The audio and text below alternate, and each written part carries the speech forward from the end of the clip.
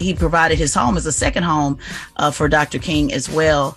And one other thing that I thought was interesting, he maintained a life insurance policy for Dr. King with his family being the beneficiary. So he definitely was one that talked the talk and walked the walk. Yeah, man. And, got to salute the Gathering for Justice movement. It's an organization he founded in 2005 after he witnessed a news report of a 5-year-old black girl being handcuffed and arrested in a Florida classroom for being unruly. Right. And one of their missions was to build a movement to end child incarceration while working to eliminate the racial inequities that, exist in the justice system. And we raised what, 800, 900,000 for the Gathering for Justice movement? Yeah, we got a chance to actually talk to him and chop it up with him. Yeah, he came up to the station, the old station. Yeah, after we raised the money for him and presented him with the big check. I think it was like 800, 900,000 we raised for the Gathering for Justice movement. Yeah. Whoa. Did I hear you right? He had a life insurance policy on Martin Luther King Jr.? Yes, with his children being the beneficiaries. That's crazy. Yeah. Yeah. Wow, so definitely rest in peace and condolences to his family and all his loved ones. We have a piece of that interview. So here's a piece of us chopping it up with him. This was what, like 6 years ago? I don't think it was that long. No. I don't remember though. I don't remember. Well, this was the Breakfast Club chopping it up with him. How important is it to empower these organizations that are fighting for us financially? I just think that there is no way for us to fulfill a lot of the goals that we have set for ourselves if the community doesn't understand that the community has to be responsible for itself. Yes. And one of those things that the community has to do in being responsible for itself is to create methodology, is to create a path in which we can fundraise, recruit people, sit down and have meetings in our community to discuss what are the best strategies for dealing with police brutality, for dealing with unjust cases in our court system. And I think that raising money is a key part of being able to keep us alive. It was actually 2017. That's when he called in. But he came up. He came up in like December of 2017. When we gave him the check. Yeah, when we presented the Gathering for Justice movement with the check. Yes, absolutely. So again, rest in peace. And I know you got a lot to talk about, Tez, but we'll do it in a couple minutes. Absolutely. All right. Thank you so much. And that is your front page news. Now, get it off your chest. 800-585-1051. If you need to vent, something's on your mind, you had a bad day, or maybe you had a great day and you want to spread some positivity, whatever it may be. 800-585-1051. Get it off your chest. It's The Breakfast Club. Good morning. The Breakfast Club. Get it off your chest. I got an indoor pool, an outdoor pool. We want to hear from you on The Breakfast Club. We can get on the phone right now. He'll tell you what it is. We live. Hello, who's this? Yo, what's the deal, Envy? Charlamagne, what's good? Gary O, how you been, bro? Gary O. Gary O. What's up, Gary bro? O. Hey, by the way, Gary, I always thought you were the guys from Power too. By the way, Yeah, I get that a lot. He gets that a lot. What's up, sorry man? about that. But hey, man, to get off my chest, I just wanted to say, yo, Envy, I got an issue with the investors out here, man. They're buying the properties out here and then kicking the tenants out. Yeah, I mean, that's what people are doing. You know why they're doing it, right? No, I don't, actually. Well, a lot of people are buying buildings and kicking the tenants out because the rent is so high right now. A lot of people are stuck paying old rents where it's like, let's say the rent is $1,500, but now the rent market value is $2,400. So a lot of people are kicking them old tenants out and getting new tenants and getting higher rent. That's usually why they kick their tenants out. But couldn't you do that and just like with existing tenants and just say, hey, either send a letter or be like, hey, I understand you guys pay this, but we're gonna have to increase because of what the value is around you. Yeah, a lot of people don't want to go up in price. I mean, a lot of people don't want to pay that extra money. So it's a lot for a lot of people. It's easy to kick people out and start fresh. But it's hard for somebody who's been paying $1,400 for 10 years to say now, all right, starting next month, you want you to pay whatever the higher rate. So it's very difficult. So what about the situations? Well, you know what? That's a good point. You make a good point. I ain't gonna make no excuses. It's two different sides. As a landlord, the landlord wants more money. As a tenant, the tenant wants to spend at least money as possible. So there's always two different sides. But usually the landlord in a lot of places have the upper hand because they actually own the property. All right. Well, I appreciate it. All right, bro. Thanks. Hello, who's this? Hi, it's Keisha. Hey, Keisha. Peace, Good morning.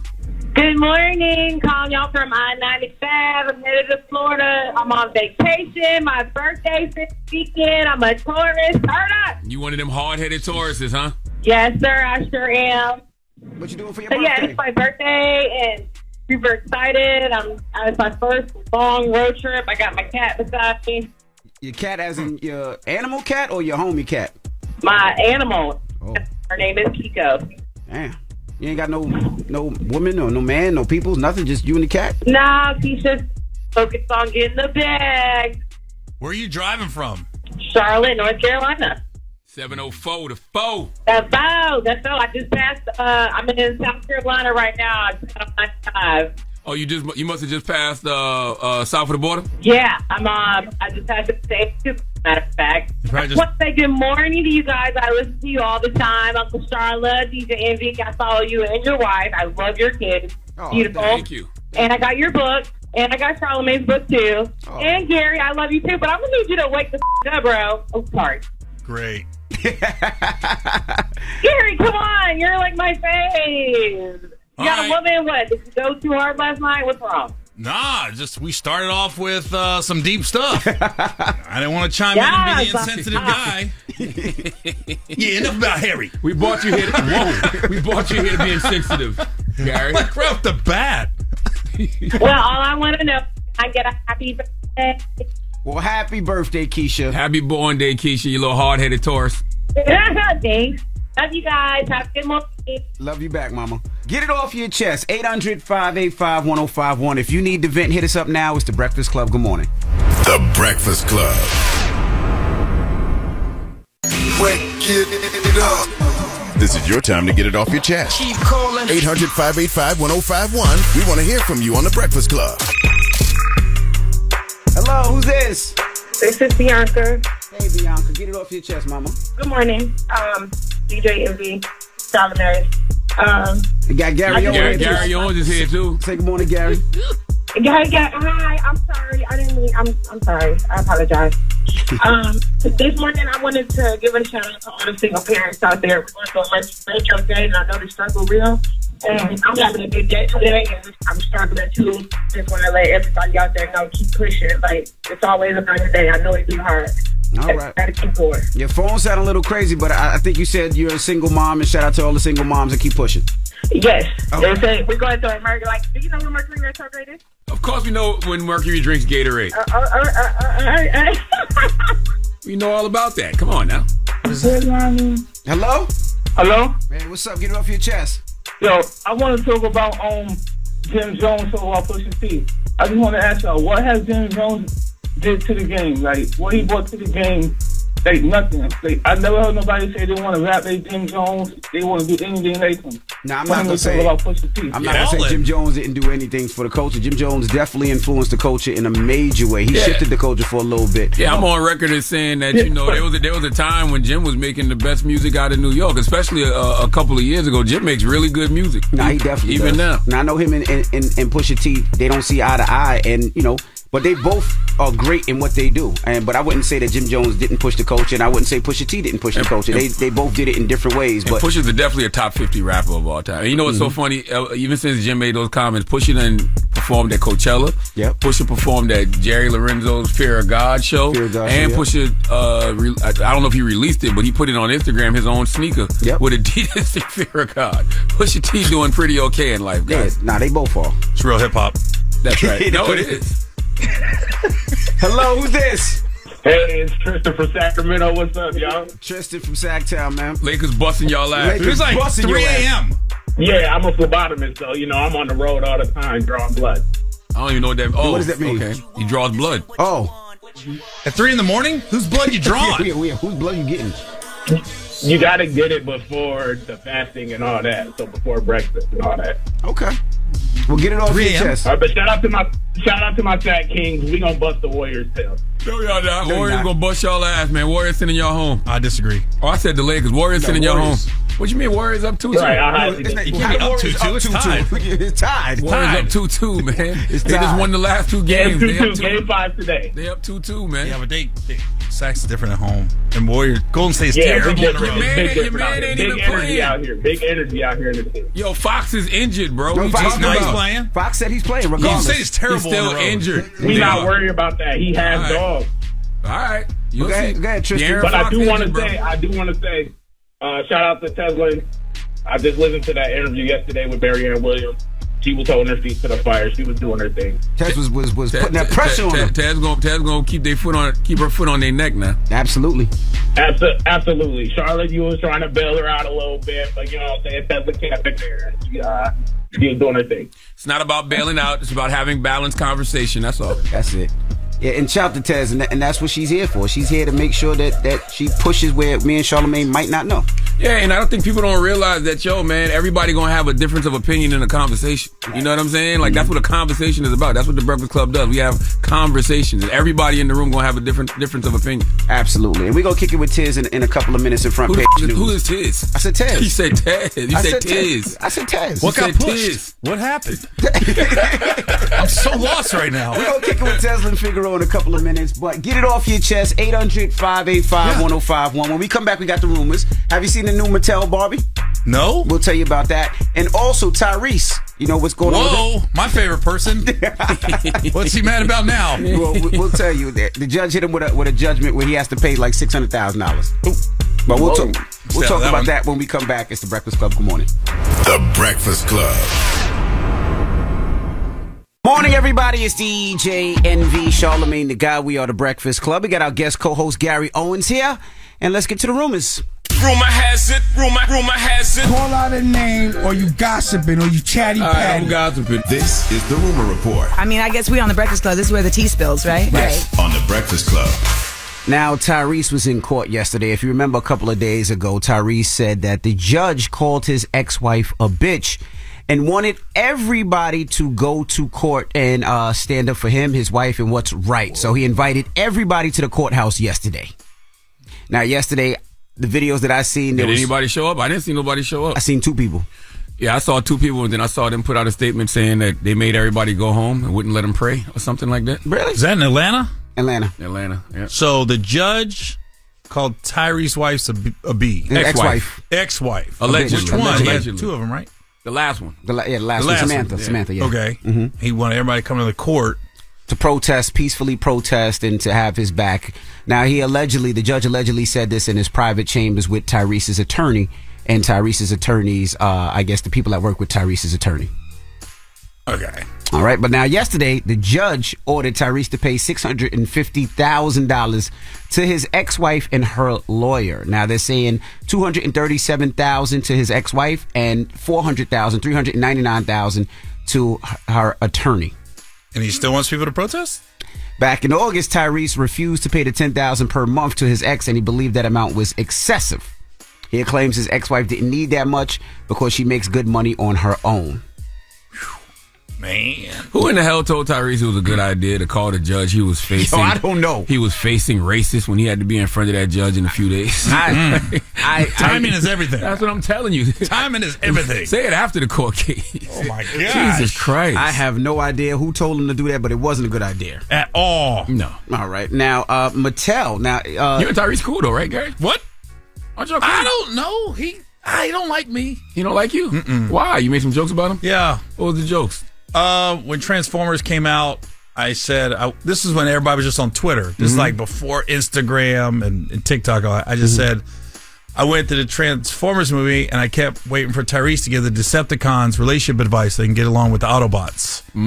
He didn't like that at all. And then what's the funny joke? And then I doubled down. What was the double down? I said, if Tyrese is such an expert in relationships, why is he divorced? That's what got him. Yeah. That's what. I didn't call nobody the B word. See, you should have led with that. Yeah, that's it. You should have led. You led with the joke, and I'm like, okay, that's not bad. But then the second part is what pissed him off. It's just a joke, right? It's just. I mean, all jokes are rooted in some truth, I guess, right? I was in Think Like a Man, and I think the 90-day rule is dumb that Steve Harvey wrote, but I don't think Steve's dumb. I just think that's dumb. What? Why Steve Harvey getting shot this morning? I'm not talking about Steve Harvey getting shots. I'm talking about in the movie. He was telling people to wait 90 days. Remember? You starting rap beef this morning. Yeah, you definitely starting 90 days. Listen, that is not a good rule. I don't agree with that. Oh, okay. 90 days? You're going to wait 90 days. I actually think that was Joan Clayton's rule from Girlfriends before Steve Harvey. Well, I'm just saying, I didn't read either book. I'm just saying. Girlfriends was a TV show, man. Oh, Tracy Ellis Ross, in the movie. Jill Marie Jones, Golden Brooks, Persia White. That's great. Yeah, she had a 90-day rule. Joan Clayton, her character had a 90-day rule. That's a woman. I get that, but a man should, better. We're not waiting 90 days. What's today? I don't see nothing wrong with putting some value on your penis, man. What's today? April 26th. That's right. So you meet a girl today, fellas. I'm married. May. Memorial Day, nothing. Gary, not getting none. We are married, Gary. June. I'm talking about just the people listening. Yeah, talk to the single people. Dudes listening. I can't relate. June. You're not getting on Mother's Day. You're not getting on July 4th. You're not getting on the preseason football. If you meet a girl today. I don't see nothing wrong with that. No, you can't wait. Put some value on your penis, bro. You're not gonna July 4th? People died for this freedom. And you're not this country. Well, Tyrese, and you're not gonna get any? People died. Tyrese actually talks about the case. Judge illegally sealed our court documents because he wanted to minimize his exposure about his abuse in power, his heavy hand, and his rulings being completely egregious. Also, he didn't want anyone to see that every time I attempted to talk, to explain anything, or any time that my attorney attempted to explain anything during the divorce trial, after waiting 2 full years, swimming in legal fees that I never asked for, we finally had our day in court. The conduct to be completely abusive, egregious, all over the place. Tyrese really thinks he can explain himself out of any situation. Yes. Like, he just needs to stay That's off the line. probably what happened in court. That's why he got, of course, that's why he got held in contempt in court. That's, of course, probably when the judge was like, enough. I guarantee you, just hearing that. We've all been there with Tyrese. That judge was like, look, you can be quiet right now. We've all been there with Tyrese. I got 2 long voice messages in my phone right now from Tyrese that I haven't listened to. Really? Yes. Me too. He never left me a voice. He sent them this weekend. Salute to Tyrese. Nah, I didn't get it. I got a couple. Is it Fast and Furious coming out? It is. Yes. See, I'm not all bad. I'm trying to pump the movie. That's all you got. Now, Mattel, the toy company, releases the first ever Barbie with Down syndrome. Now, this doll was created. Why do you look like that? How does the Barbie have Down syndrome? But that's the thing. The Barbie looks the same as all the other Barbies. So I don't know. But the doll was created to allow even more children to see themselves in Barbie. This might be the dumbest question ever, and I would love for somebody with that has a family member with Down syndrome or knows somebody with Down syndrome to answer it for me. But do people with Down syndrome know they have Down syndrome? Good point. You know what I'm saying? Like, do they know that they have Down syndrome? Because if they do, then I'm sure they would want a doll that represents them. If they don't know they have Down syndrome, then I think sales for this doll might be slow. Oh my gosh, I caught that. That was a good one. Caught what? Nothing. What's wrong with y'all this morning, man? I caught that, bro. Caught what? That was play on words at the top form right there. I have no idea what you're talking about. I do. I know what you're talking about. I don't. I do. We'll play it back. That was egregious. Moving on. Zero idea what you're talking about. Young Miami did an interview, and she talked about her celebrity crush. First celebrity crush, and have you ever met that celebrity crush? My first celebrity crush, like as a little girl, was Romeo. You know how it was like Lil Bow? You know how it was like Lil Bow Wow, Romeo? I like Romeo. Yeah, I was like a Romeo girl. I never met him to be fun. You never met him? But if you were to meet him now, would you be like, hey, Romeo? No. She said, period. Next question. Now, JT, during the same interviews with E! News, I believe the lady's name is Makir. Did I say it right? I don't want to mess up her name. Makir? Yes, I want to give people the credit when they do these interviews. Oh, I don't know. I messed this up. We'll go with that. Yeah, okay, we'll go with that. But she talks about JT, and JT talks about her worst date.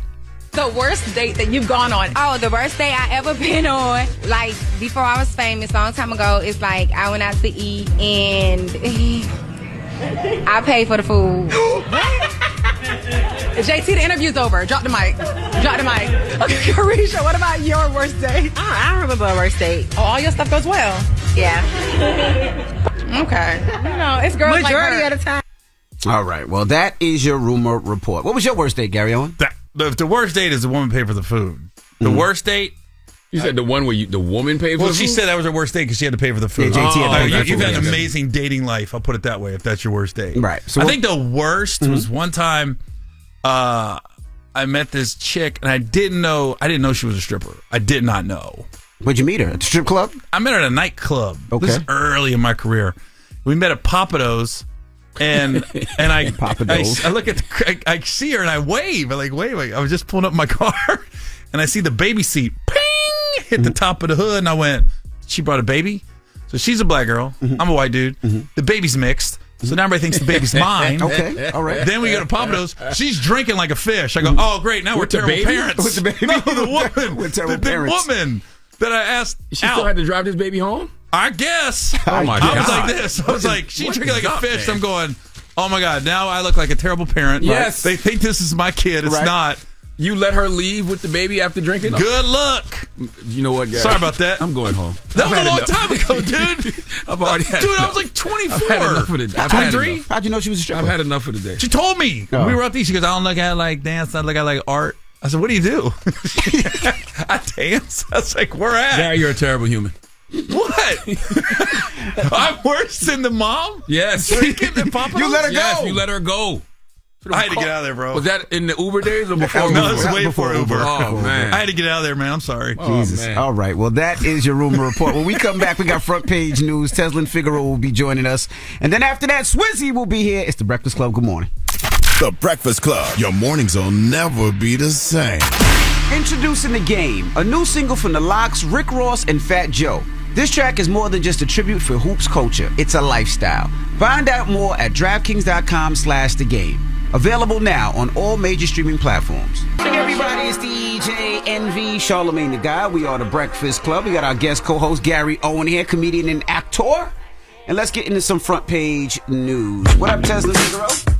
Good morning. What's up, Charlamagne, DJ Envy, and Gary? I need a better hello from you, Gary. Hey, Tez. There you go. What's going on? How's it going? Well, let's get in some front page news. Let's start off with some sports. Now, last night, the Suns beat the Clippers, sent the Clippers home 136-130. The Nuggets sent the Timberwolves home 112-109. And the Hawks surprisingly beat the Celtics 119-117. Boston leads the series 3-2. Great game. Trey Young with a buzzer beater. He sure did. He went off. He sure did. Not a buzzer beater, but close to the buzzer. Like, what, like 1 second left? He was hitting everything. Yeah. Now, what else we got, Taz? What we start with? Yeah, let's talk about the Texas Department of Agriculture. It's ordering its employees to comply with the new dress code, mandating that they abide by it in a manner consistent with their biological gender. Now, the ACLU attorney says it violates federal law that bans employment discrimination based upon one's sexual orientation or gender identity.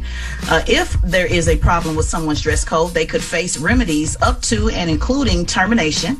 The ACLU of Texas said that the new dress code, again, it violates the Civil Rights Act, which bans discrimination, and I guess they'll be taking further action on that to make sure that people's First Amendment right to expression is also not violated. So what do you guys think about that? Like, I can understand. I guess I'm trying to figure out how they're going to determine male clothes versus female clothes, or what do you think? How you think that's going to look? Well, back in the day, we used to know the difference between male clothes and female clothes, but the lines are blurred nowadays, right? Because men wear skirts now, and men wear purses, men wear purses. Yeah. Agriculture, I think overalls.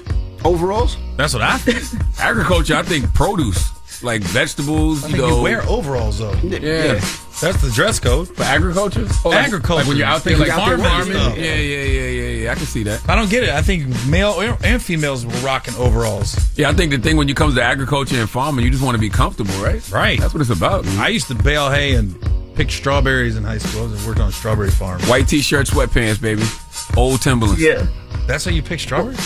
I never picked strawberries. We used to have cornfields. Oh. So growing up in Mount Corner, South Carolina, there was cornfields all around us. Strawberries, we had to get the elbow pads and the knee pads because you got to crawl and just grab 35. I knew he was going to say that. I knew he was going to say that when I said that. Knee pad. I knew when I set myself up for that. But you had to crawl because the strawberry, they're not big, they're right. small. Mm-hmm. So I never got up. I just stayed crawled, and then you get 35 cents a quart.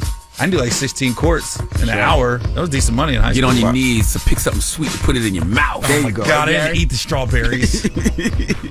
Oh my God! This is why we got dress codes in agriculture. Right here, Charlamagne making comments like this.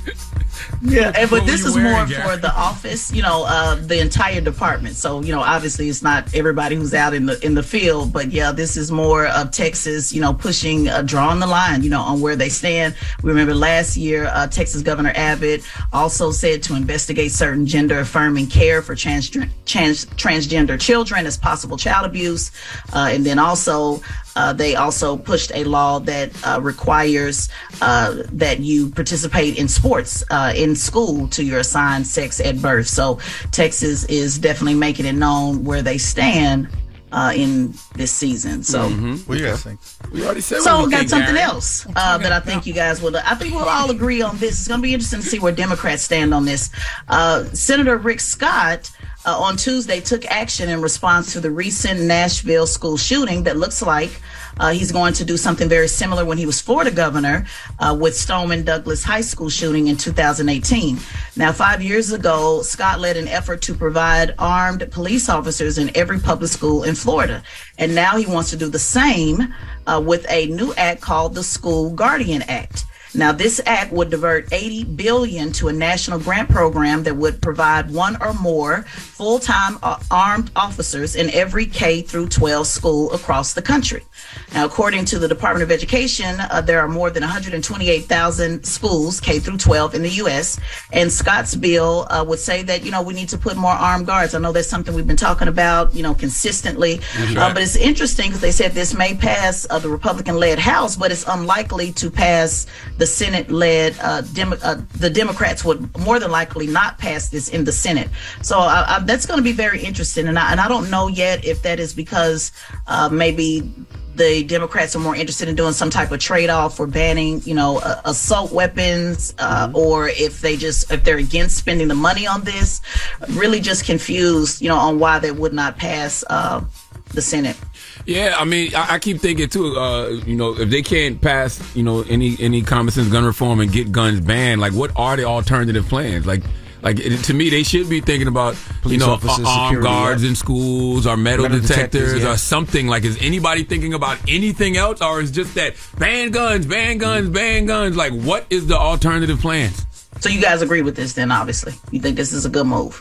What, to have armed guards in school? Absolutely. To add more armed guards. Oh, Ted, we've been talking about that forever. And you know what? I want to ask you, you're ex-military.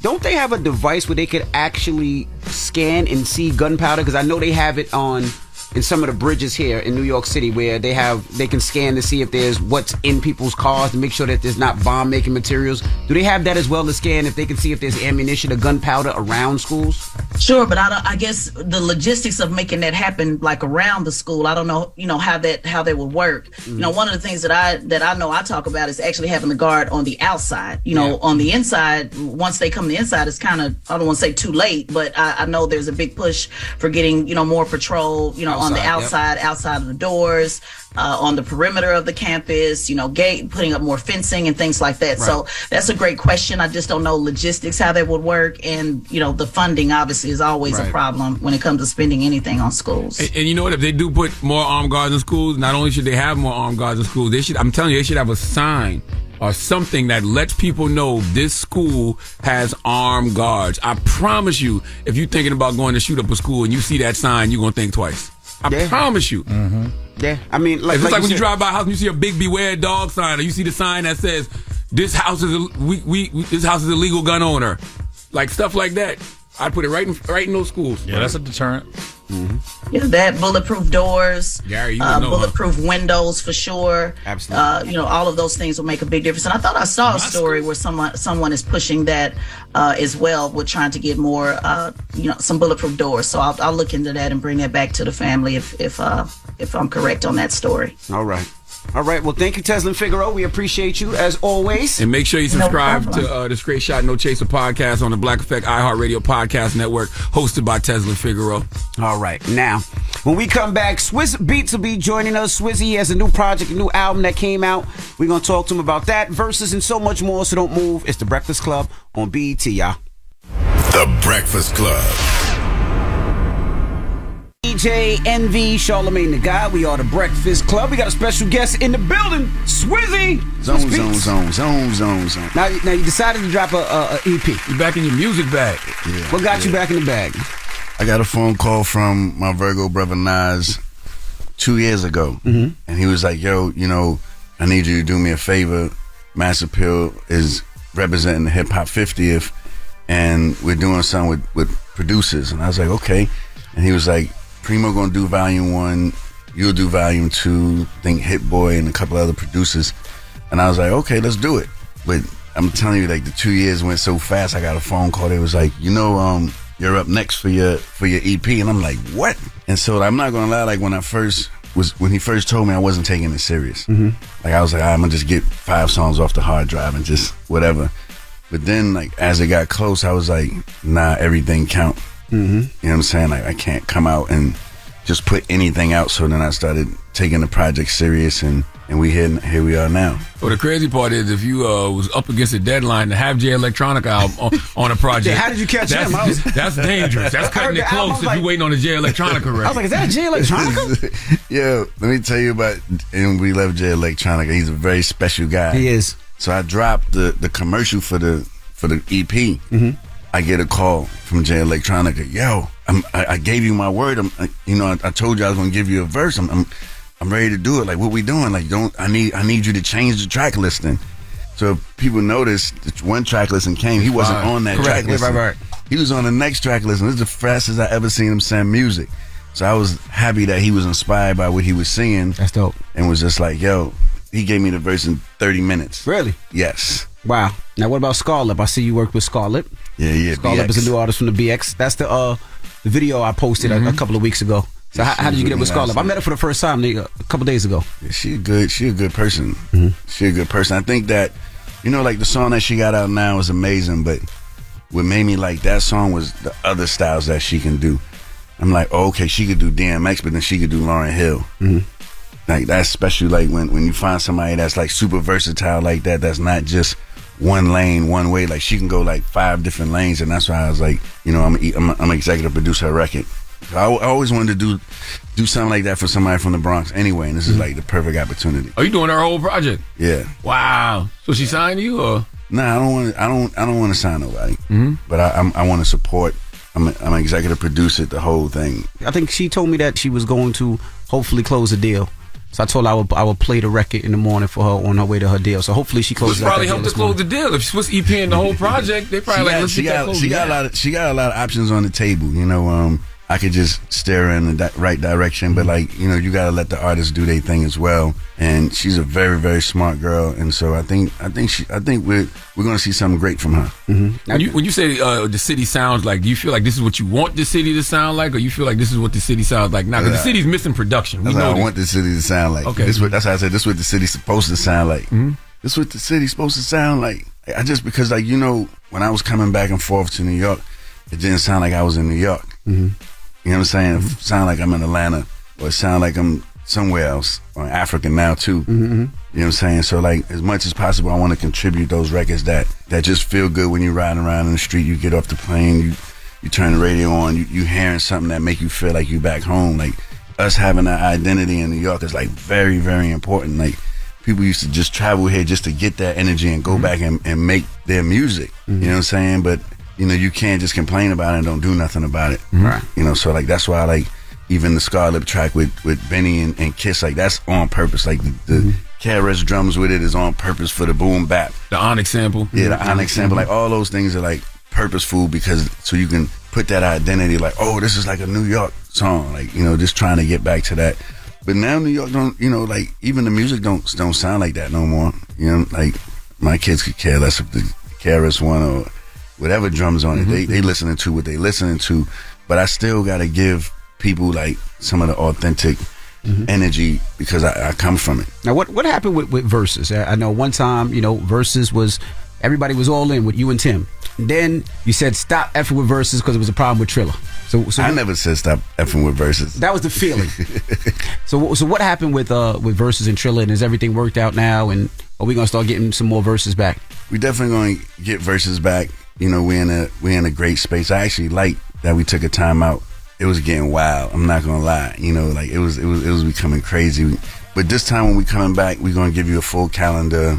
We have something special here. Like, let's treat it like how you treating those other shows that you're not getting nothing from technically. You might get a beautiful trophy, but like this right here, your streams going up 700%. Mostly every artist that did Versus, they've been on festivals and tours since Versus. You know, it actually helped artists. And so, like, you know, my thing is like, how can we come up with a new schedule? How can we have a real showrunner, like treat it like for real? And I think that when it come back, it's going to be a breath of fresh air, even without us talking about it. Versus, I hear about a Versus every day. Not that all of them make sense, but I hear about a Versus every day.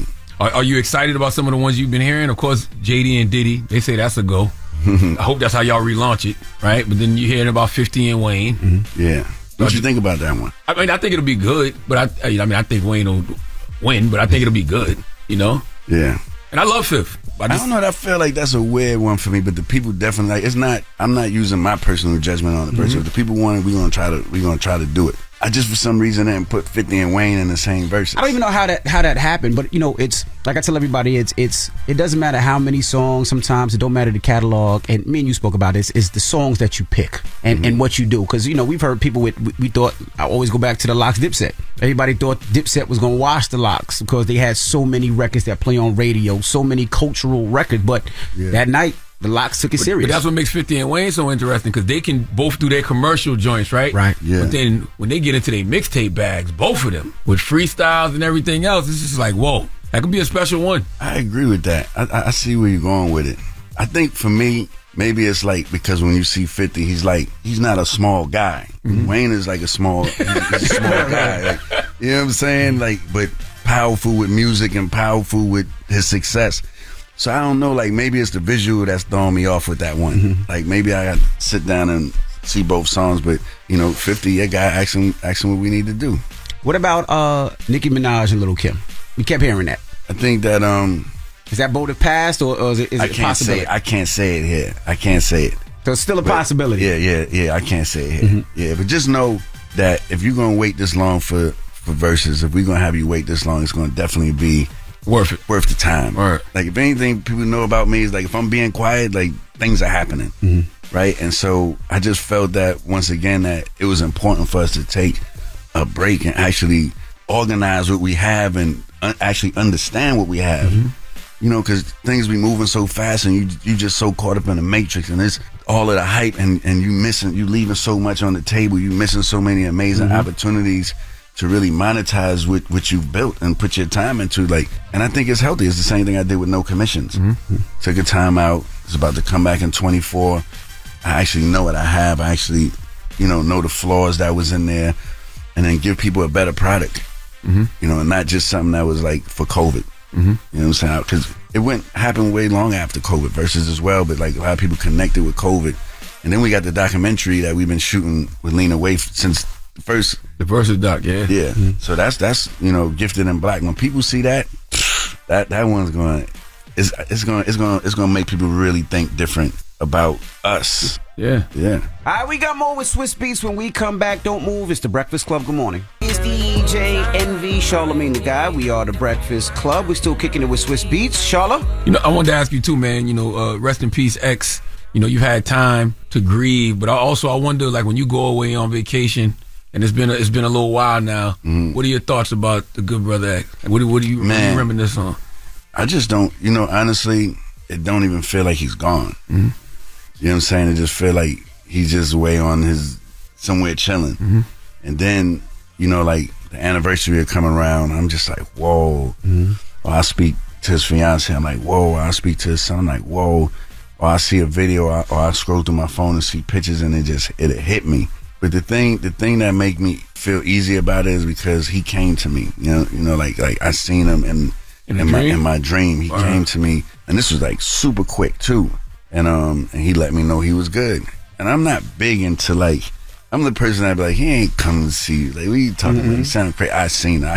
I felt him. I can smell. Like, I just couldn't hear him talk. He looked young. He looked young. He didn't look young. Like? He looked like how he looked. Yeah. Like he looked like from when I last seen him, and that's what was making it feel super real. I was like, yo, he was watching South Park in the dream. He was sitting in front of the TV watching South Park.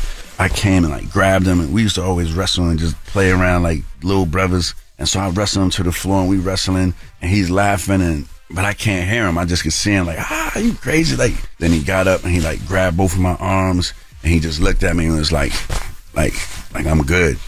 And once I seen that, you know, like my energy started changing. I was like, okay. Then I seen an X in the sky, like at my crib. I was come outside. It was like an X in the sky. I took a picture of it and posted it too. And I was like, oh, this is crazy. Was it somebody cliff diving? Because I know from Swizz's crib, there's cliff diving. Like you can see people cliff diving off the side of the mountain. Was it one of those people? Nah, this was real. This was like an X in the sky, like a plane did. It was super high up in the sky. But yeah, like ever since then, I just felt good because I couldn't hear Stop Drop. Like every time they played Stop Drop, it would like break me down. Why that record in particular? I have no idea. I could listen to any other song, but for some reason, Stop Drop would like take me out. And I was like, oh, this is crazy. But then after I seen him in the dream, that went away. And that's how I gauged. I was like, oh, okay. Oh, no, I've had those. I've had, people pass away, and you see them in a dream. That's why I like to see that. I feel the same way you feel. You see that, you be like, okay, I know they good. Yeah. It was deep, though, because it never happened with, my grandparents, like people that I love. I never seen that. That was like, it was like we sitting right here. I remember it like very clear. Do you feel like the X story has been told like the way it needs to? Like, is there a period on that, or? I don't think that I think the story's been chopped up. Like X told me his story. Like I know his real story. And I just think that like when the time is right, it should be done like proper. Like, like how you would see the NWA story, how you would see a Pac story. Oh, you know what I'm saying? Like X story needs to be delivered like that because it's for real. Like X been through like so much, and just seeing his story, people gonna want to change their life, and then people gonna want to be inspired to do certain things. It's educational. X was like very book smart. Like like Mike Tyson. Like I remember I went to Mike Tyson's house, and he just had like all these books, and he was just turning pages and just reciting pages. I don't know if that's a jail thing, but X and Mike Tyson, like they were very smart, and he just was a good person. Like he had like this rough aura about him, but like he was more like he was like a teddy bear. You know what I'm saying? Like the bark was his musical energy, but he'll sit there, watch South Park, play remote control cars, planes, play video games. Like he just wanted to be a kid. What about musically? I know you got I'm sure folders and folders of X music. Yeah, I got. I revisit a lot. A lot of people want me to put out X music, but I just think that like I think we should organize the music that he already put out. Like organize that, revisit that, and put that out in a proper way. Package that right for the people that they can have that experience, and then get into like the other songs and different things that he got laying around, and and just let it happen organically. You know what I'm saying? Like, but that it could get dark. Now, what producers out there you feeling now? You listening to what producers you think got it? I like what Metro Boomin is doing a lot. I like what Hit Boy is doing. I like that he's taking the risk. Not only messing with his genre, but like going and doing these volumes with Nas. It's a lot of producers I like. You know what I'm saying? But I do urge the producers to like work on their identity. What you mean?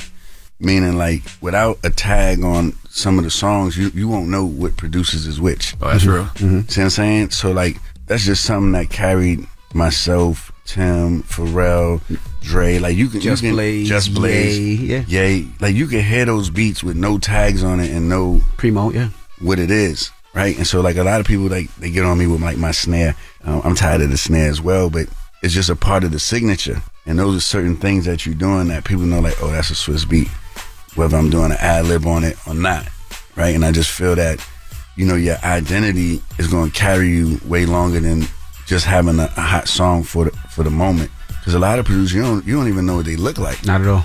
You know what I'm saying? I think that's dangerous. Really? As a producer, as an artist as well, right? So like how Metro can do, he just did at Coachella and be a headline, like as a producer. Like, why would you leave all of that on the table? Like, you should be the superstar as well. Like, and you don't even have to rap. And I just feel like they leaving a lot of money on the table by just, you can't identify what they look like. You can identify their sound by a tag. But I guess people just want to play the background. That's cool too. Are you and Jay back in the lab working at all? Because people have been saying that you got a bonus track that you haven't released yet. And I don't know why, but people are assuming it's a Hove record. They always assuming this Hove. Hove is very, very rich and is enjoying his family and is enjoying his time. I'm not even going to bother Hove right now. I'm not even going to. Like, you got to read the room. Right. You know what I'm saying? The man is the richest he ever been in his life today. Let him enjoy the vibe that he's on right now. He going to get hungry and I'm going to be available. And that's, everything is just timing with Jay. You know what I'm saying? Like, he's just a mastermind. Like, he won it every day. Like, he'll call me and just give me 50 bars. I'm like, what we doing with that? Nah, I just finished working out. Okay, but what we doing with that? Right. And it's like, I don't know yet. Like, his Rolodex of music, he's very, very prepared. So he just called a rap for you? Yeah, just like, yo, check it out. Boom, boom, boom, boom. I'm just sitting there like, man, we dropping this tomorrow? Like, what we doing? He's like, nah, I just finished working out. I just got some off my chest. I was like, okay, that sounds like more off your chest. That sound like what the people need. How'd y'all get so close? I don't think people talk about that enough. I know Jay since I was 17. You know, I met him through my Uncle D in his office. And that same night, we went and did 4 or 5 songs, If I Should Die, Coming to Age 2, Jigga, a couple other songs that never came out. Y'all did all those in the same night? Same night. Wow. Yeah, I had a cassette with like 50 beats on it, and he played it and was just like, and then D was like, yo, Jay said he wanted to go into the studio tonight. I'm like, what, tonight? He's like, yeah, he vibing with a couple of songs off the cassette, and we never stopped like since then. Like, it's just been since then. Those are classics. That's when he must have been working on Volume 2 then. Yeah. Hard Knock Life, yeah. Yeah, he was working on Volume 2. Because Jay was moving quick. Like, you know, he was like officially the first person I seen not write music. Because I was like, it was bugging me out at first because I was just like, how is he doing this so fast? Like, how is he writing like this? Then when I seen him in the studio, like, he didn't have no pager out. He didn't have nothing out. He just was, pull that back. I'm like, he's writing right now. He's like, yeah, he don't use paper. I'm like, what? That's wild. You know what I'm saying? I heard Big didn't write. And then I started seeing Kiss, like, not use paper. And I just was bugging, like, how do you write without using paper? You know what I'm saying? Like, Jay's in the Hall of Fame for writing and never wrote lyrics. That's crazy. All right, we got more with Swiss Beats when we come back. Let's get into a joint off the album. It's called Say Less, featuring A Boogie and Lil Durk. It's the Breakfast Club. Good morning. That was Say Less, Swiss Beats. Morning, everybody. It's DJ Envy, Charlamagne the God. We got our guest co-host Gary Owen here, and we're kicking in with Swiss Beats. And when you had them versus conversations, what's your thoughts? Like, I know we had Jim up here a couple of days ago, and he was talking about different verses, right? So he was talking about Drake and Jay. And, you know, I think he was saying that Drake is the greatest rapper of all time. Right. What are your thoughts on that? I think like everybody's the greatest at a particular point. It's like, how do you judge that? Like, do you judge that from the business moves? Do you judge that from how many records sold? Do you judge that from the consistency? Do you judge that from the longevity? Because, like, if we're going to talk about that, I definitely got to go to LL. You know what I'm saying? Like, LL, like, that man is, I've never seen a run like that. He coined the term. He coined that phrase. Yeah. That's what I'm saying. Like LL has been doing it since Rock the Bells. Correct. And still getting new money today. See what I'm saying? And still look great today as well. And lyrically, when he was competing, he was coming with smoke for sure. Made songs for the women, made songs for the streets, made anthems for the stadiums. You know what I'm saying? Like, Mama Gonna Knock You Out. And not to go too nostalgic on different things, but it's just like when I'm thinking of like greatest, I'm thinking like of a lot of things. I'm not thinking about like who's hot like at the particular moment. I think it's a couple of people. I don't think it's one person. Who's your top 5 then? My top 5? Alive. Take Big and Pac out. Annex. Damn. Nah, it's your top 5. You can't do that. You gotta be top 5 dead or alive. Because everybody That's why wants we Big say and Pac. that's why they say dead or alive on purpose. I'm not gonna lie, I'm bad with the top 5s because I say the top 5 and get in the car and be like, damn, I need to go do this back. And people take that top 5 They take it serious. Serious. You know what I'm saying? But sometimes these lists are bull because you never know who's giving a list. You never know what the top list is on. But somebody like yourself who's produced for a majority of these artists, and you produced half of the time that hip hop has been around. Correct. The other half you was a fan. That's why something you said just now hit me because it's like that. Because I feel like it hasn't been enough time. If you ain't did 10 summers, you ain't even in the conversation. Like that's how like out the gate. Real, like just to enter the gates, you need 10 summers. But for me, I feel that to really, really, really be that person, you got to be hot and cold at least 5 times. Meaning you have to come off your run and reinvent yourself again. Come off that run, reinvent yourself again. Come off that run, reinvent yourself again. Now you in deep waters as far as like those great words and all times things are concerned, because everybody can move when it's pretty outside, but when that snowstorm comes, you got the right coat on? Can you survive that? Did you bring your gloves? And I watch Jay do that. I watch Dog do that. I watch so many artists, and you guys watch so many artists come back and be like, oh, and then we watch artists that can't come back, that was you couldn't even walk next to them, and now you don't even care to talk about them. You understand? And that's why like I do so many different things. Like the conversation in 2023 about me is not the same as 98. That would be a failure. You're talking camel racing. When it comes to Swiss. Swiss on got camel racing. Let's talk about that. How the hell did you get into camel racing? Like what? Like where did that come up? Like I'm gonna get into camel racing. Nah, just for me, like traveling to the Middle East, particularly Saudi, I would always see the races, and I was bugging because I never knew camels ran. Like, you know what I'm saying? I didn't know that either. Like when you look at a camel, like you thinking the camel's slow, and so we was up late just watching the camel races. Like I'm like, yo, and everybody that I was around, like they had a team, and I was just like, damn, I want to actually do this. And then they was like, if you did this, you'd be the first American to ever own a camel racing team. And once I heard that, I was like, oh, I'm in. But it wasn't like that easy. It took me like a year and a half to get certified with the federation and go through like the process. I started off with 8 camels. I got about 48 now. We got about like 22 trophies, which is huge. I'm not gonna lie, like it's probably gonna be like the biggest thing I ever did is get involved with that and make the federation global. Is that lucrative? It's serious. Wow. The last race was like the prize was like 90 million. What? Yeah, it's like not dollars. So it was probably about almost 30 million. US. Yeah. Did y'all win? We came 5th place. we got a little check, you know what I'm saying? Like we got a little check, but just being in that particular the first Alula race, just being in that race, that's serious for the brand, because it's the hardest race to get in. This is all of the top dogs. You know what I'm saying? And like, yeah, Saudi Bronx. I gotta get y'all the merch. that is dope. Bronx. I was gonna ask, how's the marriage life? Because you on the road, wife's on the road, kids have activities. How was that? It's great. I think that for me, like having like a balance is key, and having stability is key. And like you understand, like my wife organizes the program. I'm able to be a good father because she's sitting with Mo and they coming up with the schedule, and I have nothing to do with it. Same way. You know what I'm saying? I just like, yo, be here at 3. This is this, that, boom. Oh, this is the doctor's appointment. Okay, boom.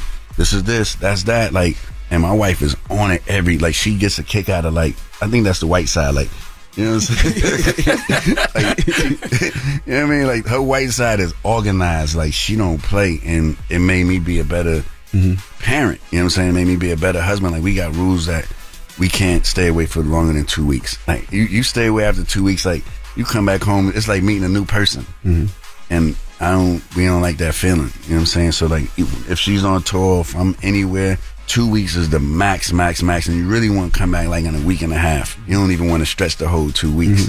And so the key thing is like making time. That's right. And I just want to say the black side can be organized too. I can already see Twitter thumbs getting crazy. You know what I mean? The black side is definitely organized. You know what I'm saying? Monique is black. Mo is black. Mo That's is right. black. Word up. Black. You know what I'm saying? Like, shout out to Mo. Yeah, we 18 years. Mo been with me for 18 years. The last week make 18 years. Wow. Shout out to Mo. Unbelievable person. Nah, Mo good people. Well, the album is out right now. The EP is out right now. Hip Hop 50 Volume 2. And we appreciate you for joining us, brother. I wonder who they gonna get next. You know who they gonna get next to do it? I think Hit Boy might be next. Hit Boy next. Okay. I think Hit Boy next. I think Tim might do one. I think it's gonna be a decent little run. Okay. But I'm not stopping. Like, this is like, for me, I was like, if I'm gonna come outside, like, I'm not gonna just do the Hip Hop 50th and just go quiet. I got like 4 more projects that's lined up. You got Scarlett. Mm-hmm. I wasn't even counting that. But yeah, wow. Yeah, I wasn't even counting that. So who is it? It's just personal projects that I'm putting together. Compilations, like. Yeah, but I want to keep them sweet and short, just like this. I don't. People, yo, this should have been 13 songs. Y'all know y'all not listening to 13 songs. I'm not listening to 13 of my damn songs. So I know you're not listening to 13. I think 6, 7 is a good number because the attention that you're gonna lose all those records. You know, it's just like, yeah, what's the focus on this right now? The focus is Say Less. I think the video come out today with Dirk and Boogie, and then we shoot the video with Scarlett, Benny, and Kiss, and then we might do Runaway, or we might do the Wayne record. But by that time, we already in the middle of the ocean, right? So 13 records for what? I'm not doing those no more. Is it still hard for you to clear samples from Jay? Or it's like, nah, you know. Nah, Jay actually loved the record. Like, I sent it to him. He was like, yo, this is crazy. Wayne is out of control. Did Jay do a verse of it? Nah, I don't know where that came from. Just a sample. I know where it came from. I think I kind of started that because I put featuring Wayne and Jay-Z. Jay-Z, yeah. Everybody started saying Wayne and Jay-Z, Wayne and Jay-Z. Like, I'm like, Jay-Z's on the chorus. But I sampled him on the chorus. You know what I'm saying? Like, let's be clear. Do I want Jay to do a verse on it? If he's up to it. But like I said, you know, that man is enjoying his life. I'm not calling him about no record right now. All right. Maybe next week. Maybe next week. Well, the Swiss Beats. It's the Breakfast Club. Good morning. Zone. All right. Well, let's keep it going. Let's get to the rumors. Let's talk Janet Jackson. Rumor has it. Rumor has it. Call out a name, or you gossiping, or you chatty patty. I'm gossiping. This is the Rumor Report. I mean, I guess we on the Breakfast Club. This is where the tea spills, right? Yes, on the Breakfast Club. Now, the Atlanta Hawks play at the State Farm Arena, right? Yes. Now, I don't think the State Farm Arena thought the Atlanta Hawks were going to go past what they got past because they double booked the arena. Now, of course, Hawks forced Game 6 against the Boston Celtics. And they also booked Janet Jackson concert the same day Game 6 is supposed to be, which is this Thursday. I'm sure they had a backup plan, though, because whenever you watch, you know, basketball, it'll be like Game 5 if necessary, or Game 6 if necessary, Game 7 if necessary. So I'm sure they had a backup plan in case they did make it to Game 5. Well, Game 6 and Janet Jackson is supposed to be Thursday the 27th. Now, Janet's Friday, right? They moved to Friday? Yeah, so now they moved Janet Jackson's show to Friday so the Atlanta Hawks can play on Thursday. I would bet money that when you bought Janet Jackson tickets, they probably told you that it's a possibility it could be Thursday or Friday. Yeah, but how do you do that? Like, email. People take, you know, breaks. They get babysitters. They take off of work. Some people are flying in or driving in for that show. Gotta stay an extra day. Yeah, it's a Thursday, Friday. That's a weekend. Janet Jackson, man. Yeah, you make a weekend in Atlanta. Not a bad city to be stay a weekend in. I was just there last weekend. It depends. Some people might not have the money for that. Her fans have money. Okay. All right, I'll put it that way. All W-2s in that building. Goodness gracious. Now, Quavo, there's rumors that Quavo and Chloe Bailey. Did you know Chloe Bailey and Charlamagne are cousins? What? That is my cousin. Yep. I didn't know that. I don't know about that. My cousin works at Cracker Barrel. She's a waitress. Well, Quavo and Chloe Bailey are allegedly dating, and they did a little cute interview with each other for Complex, and they talked about some things like, well, let's just go right into it. Hi, I'm Chloe Bailey. This the GOAT himself, and we're on GOAT Talk with Complex. GOAT Atlanta slang. Cap. I do like cap. I vote cap. Don't be capping. I vote cap. You be capping? It's a little cap. Uh-oh. GOAT dating advice. Be yourself. What do you say? Don't trust these hoes. I'm just playing. What? You talking about yourself. All right. GOAT Gentlemen's Club. Oh. It's a lot. Gotta be Magic and then Allure. I've never been to either. Stay away. I've only been to one strip club for a business meeting, and it was very underwhelming. Meeting. You like throwing money? No, but I want to see some beautiful bodies. We'll go to Magic. Let's go. Magic Monday, we bringing Chloe. How did they get that they dating out of that conversation? Because after they went to the club, they were seen with each other, I think, once or twice eating and at the club, so people just assumed that they were dating. He just said he was going to take her to the club. Well, the interview just came out first, but they were seen at the club first, beforehand. Oh, got you. You didn't know that? It's your family. No, I didn't. Weird. You don't pay attention to your family's dating life, do you, guy? No. Exactly. Well, if they were dating Quavo, I would. Oh, you think Quavo's cute? I didn't say You'd that. be interested? Stop. You'd be asking questions. Oh, my God. Here we go. What? Oh, my God. I'm saying if I had a niece or a cousin female that was dating Quavo, I'd be like, no way. That's cool. That's cool if you're dating Quavo, right? Yeah, I guess. That'd be cool. Now, lastly, Toni Braxton, she had to go through a heart procedure after life-threatening lupus complication. This is scary. They say in September she underwent a procedure after 80% of the main artery in her heart was blocked. Jeez. They said, lupus causes inflammation that can affect the joints, skin, kidneys, blood cells, brain, heart, and lungs. That's why I keep telling y'all, go do all the cardiovascular work you can, man. I'm going next week. Oh, listen, I wore a heart monitor for a couple of months. I had an EKG. I did the stress test. I did the thing where they put the ink in your body to make sure that, your arteries aren't clogged. Jeez, you I did did the all. calcium test. Oh, yeah, I did all of that. I ain't go that far, but I did some of that. everything. Did you get your colonoscopy yet? Not yet. Not yet. I'm getting it. What are you waiting for? To hit 50? No, you gotta be 45. 45. Okay, I definitely got to do it. I got it at 44. Yeah, he's supposed to do it. He wasn't. He heard the doctor going in the butt. He went early, but it's not true. Boom. See, that's terrible. Another gay joke for you, bro. Terrible joke. Because the reality is, I have a history of it in my family. So when you have a history of it in your family, that's when you're supposed to go early. Okay, I'm going to go. You should know that. I know we've been joking, but we've been encouraging people to go, and we're telling all our friends that we can't be friends with you if you don't go get a colonoscopy, and you should go. Before I come back here next time, well, I'm back here tomorrow, but after that, I'll have it done. And the cardiovascular work is just equally as important, if not more. I don't think and you just look at Toni Braxton and Jamie. I mean, I know they're in their 50s, but they both look great. Right. And just seeing them both within the last 6 months, healthy. They looked healthy as anything. And having blocked coronary arteries can lead to stroke or heart attack. Like, if your arteries are 80% blocked, Toni Braxton is blessed to still be here. Correct. For her doctor to catch that, and she was saying she was having heart pain, but she said she thought it was discredited losing her sister, but it was that as well, but it was also the fact that her artery was blocked. Right. I just had a show with her in February. You're alive. It was on TV.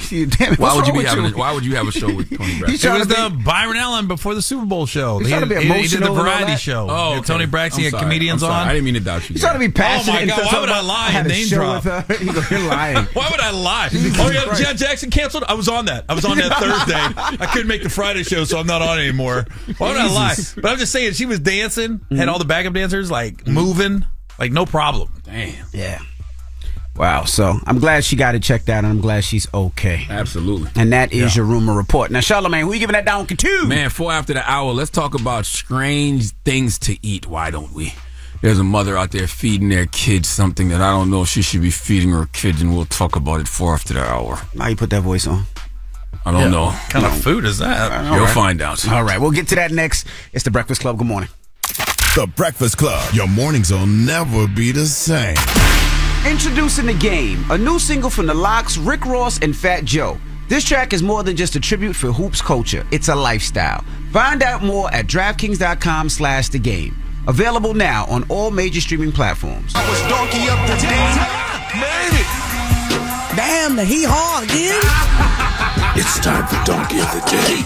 I ain't trying to be Donkey of the Day no more. They should be embarrassed by what they already did. I'm not making these people do these things. Called Donkey of the Day, and it really caught me off guard. Damn, Charlamagne, who got the Donkey of the Day today? Well, just hilarious. Donkey of the Day for Wednesday, April 26th goes to a young Canadian woman named Tiffany Lay. Look, man, economies all over the world have been hit hard. People are looking for ways to save money, and this Wait, I heard today is absolutely something new. It's something that I've never heard before. See, Tiffany has revealed to the world what it is she feeds her 18-month-old daughter to provide her with protein. Now, listen, very important to note that Tiffany Lay is a food writer from Toronto, Canada, so she has traveled the world eating, let's just say, unique dishes. So what is it that she is feeding her 18-month-old daughter? Gary and Envy, you want to take a guess? Dog food. Nope. Cat food. Nope. Nope. Nothing. I hope it's not. Never mind. What? I don't want to go there. We'll go where? Fluids that come out of a man. No. Jesus Christ, Gary. You're My dark God. today. I don't know. Donkey of the day. You got to go hard. Go home. No. Sorry, see, play on words. She's feeding her kids. She's feeding her kids what most comedians get when they tell their first joke, and that's crickets. Okay? Good old-fashioned cricket puffs. It says cricket puffs, which look like Cheetos, but taste far less salty and have a fibrous finish. She also gives her daughters whole roasted crickets. What in the Timon and Pumbaa, Hakuna Matata, Simba eating grub when he really wants zebra? Did you check with a pediatrician before you put your 18-month-old on this diet? Ass nonsense is going on here. Now, I did some research, and by research, I mean Googled, and come to find out, crickets are a good source of vitamins, minerals, and fiber. In addition to protein, crickets are high in many other nutrients, including fat, calcium, potassium, zinc, magnesium, copper, and a bunch of other things I can't pronounce except for iron. Okay, one study found that the iron content of crickets was 180% higher than that of beef. Now, I don't do red meat anymore because, as I just told y'all, my calcium score was a 76 and my cholesterol was high a couple of months ago. It's since dropped, but red meat is a wrap for me. But not once in all the alternatives I thought about in regard to the red meat have I thought about crickets. Okay, you know why? Because I am not a snake, a frog, a toad, a rat, a bat, a mice, or a small bird, okay? Those are all common cricket predators. I know. Tiffany Lay is a food writer and she's visited Asia. I'm sure a lot of y'all who have visited Asia have tried insects like she has. In fact, she said the first time she tried insects was in Asia. She said she tasted everything from fried tarantula legs to scorpion on a stick, and she loved how the critters were incorporated into local dishes to enhance their textural appeal. Textural appeal. Tiffany, if you want something crunchy, why bypass a great piece of fried chicken for a cricket? There is even places all over this world where you can get crispy chicken, fresh lettuce, 3 cheeses, ranch dressing wrapped up in a tasty flour tortilla. But no, you want crispy cricket wraps, Mary J. Y. Okay? I didn't grow up rich at all. All right, dirt road, Moncks Corner, South Carolina, single wide trailer. Never did we get to the point where we had to eat bugs, and I want better for this baby. Even though they say insects are safe to eat, especially crickets and mealworms, but some insects are a potential zoonotic risk because they may transfer bacteria, viruses, parasites, and fungi. Okay, all I'm saying is the same way adults have to consult with a doctor before they begin a diet, someone needs to meet with a pediatrician to make sure their kids have been green lighted to eat crickets. What makes this story worse is that Tiffany admitted when her daughter first ate the crickets, she didn't like them, but Tiffany crushed it up in her food, put it in her mac and cheese sauce, her pancake mix, and then she said she liked it. That is deceitful.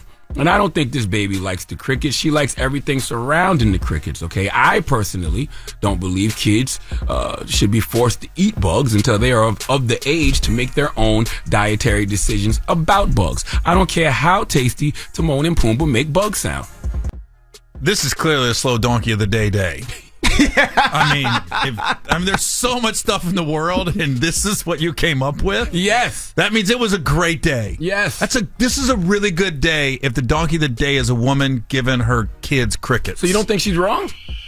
I'm not saying she's right or wrong. I'm just saying there's so much. You've gone hard on some donkey of the days. Damn. This isn't going that hard. This isn't that bad. You make me want to open up the phones then.